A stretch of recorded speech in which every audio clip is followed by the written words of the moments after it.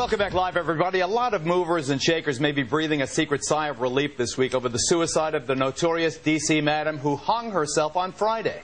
Or did she? Help me! Help me, please! What's going on, ma'am? You think what, ma'am? Hung herself. Deborah Palfrey's ailing 76-year-old mother found the D.C. madam hanging in the shed attached to Mom's Florida mobile home. An apparent suicide. But prior statements made by the convicted prostitution ringleader herself have the internet and the airwaves buzzing with conspiracy theories. Police say she did kill herself, and she left behind at least 2 handwritten suicide notes. She was facing as much as 55 years in prison for her conviction in April, but was more likely to get closer to 71 months behind bars. And Palfrey has contemplated suicide before. When she served time in prison for pimping 16 years ago, she told the judge then that the prospect of being locked up caused her to contemplate suicide, saying, quote, "I wouldn't eat for the first 2 weeks in custody," and seriously considered suicide by starvation as a viable option. And more recently, according to Washington writer Dan Moldea, who is considering writing a book with Palfrey, he says she told him last year, "I'm not going back to prison. I will commit suicide first." But Deborah Palfrey was nothing if not a contradiction. For example, last year, when one of her escorts, former University of Maryland professor Brandy Britton, killed herself after being arrested on prostitution charges, Palfrey said, quote, "I guess I'm made of something that Brandy Britton was not made of." And in mid-March, before her conviction for money laundering and racketeering in connection with the high-profile escort service she ran catering to Washington's movers and shakers, including Senator David Vitter, Deborah was asked by syndicated radio host Alex Jones if she was planning on committing suicide. No, I'm not planning to commit suicide. I'm planning to go into court on April 7th, and I plan on exposing the government in ways that, I do not think they want me to expose them. Joining me now from Austin, Texas, the well-known radio host himself, the conspiracy theorist and documentary filmmaker Alex Jones. Alex interviewed Deborah Palfrey in March of this year when she told him what you just heard, that she would never commit suicide. So, Alex, welcome. What do you think? Do you believe this to be as the authorities say it is? Geraldo, first off, thanks for having me on. She was a very nice lady, very genteel. There's no doubt in my mind that she was murdered.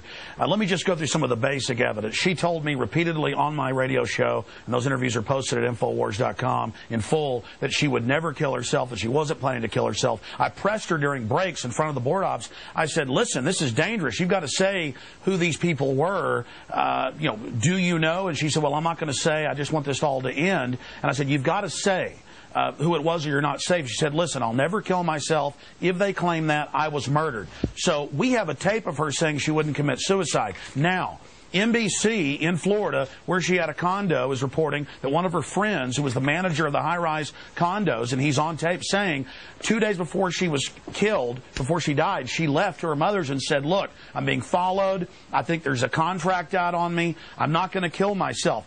This is on tape. Then you look at Brandy Britton. She was facing 6 months in jail last year, shot her mouth off, Miss Palfrey said, the D.C. madam said, and said, I'm going to talk about who my Johns are. This is hypocritical. She was a professor.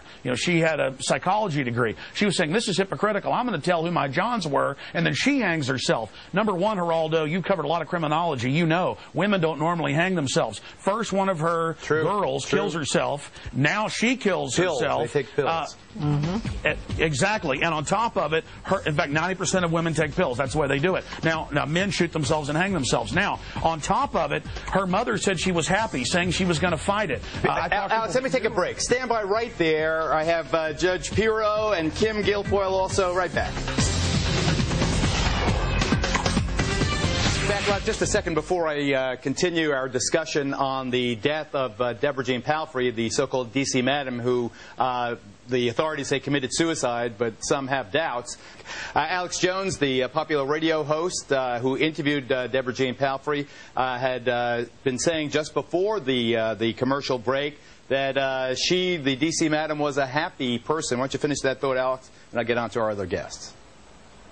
Well, Geraldo, it's just that she told her mother, she told the person that managed the condos where she lived, and she was friends with everybody, that she was going to go on and going to fight. Others that knew her said that she was going to write a book when she got out in about 6 to 7 months. Could have been as many as 70 months, but certainly not 50 years, as some were saying. And you have 2 women hanging themselves.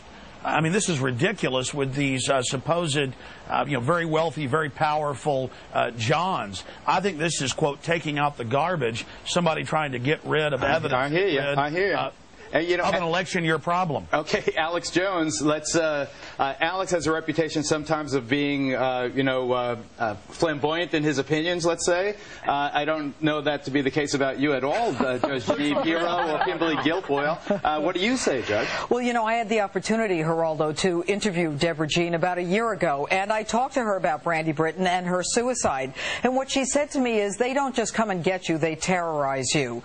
But she made it very clear that she was not made of that, and I agree with you, Alex. Not made of that means she was not suicidal. She was not suicidal. Mm-hmm. She was a woman who had a very strong core. She was a fighter from the get-go. And one of the things she said to me, Geraldo, was that, look, this isn't about madams. This isn't about prostitution. This is about me.